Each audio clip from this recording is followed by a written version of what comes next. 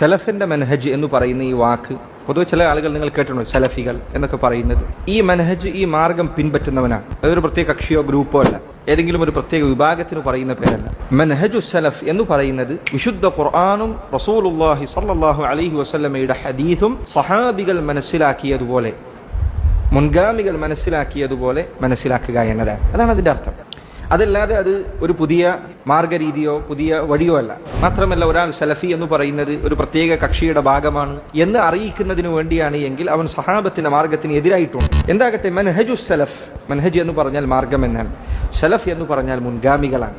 അതുകൊണ്ട് ഒന്നാമത് ഉദ്ദേശിക്കുന്നത് സഹാബികളാണ്. അതുപോലെ തന്നെ സഹാബികളിൽ നിന്ന് ദീൻ പഠിച്ച താബിഈങ്ങളും അവരിൽ നിന്ന് ദീൻ പഠിച്ച തബഉ താബിഈങ്ങളും, ഈ 3 തലമുറയും സലഫുകളാണ്. ഈ 3 തലമുറക്കാണ് സലഫ് എന്ന് പറയുക. ഈ 3 തലമുറ, എന്താ ഈ 3 തലമുറക്കൊരു പ്രത്യേകത?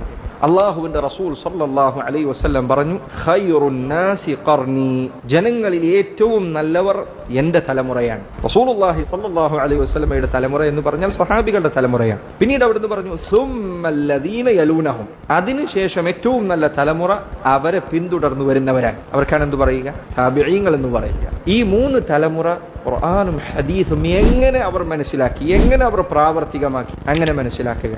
അതിനാണ് മനഹജു സലഫ് എന്ന് പറയുന്നത്.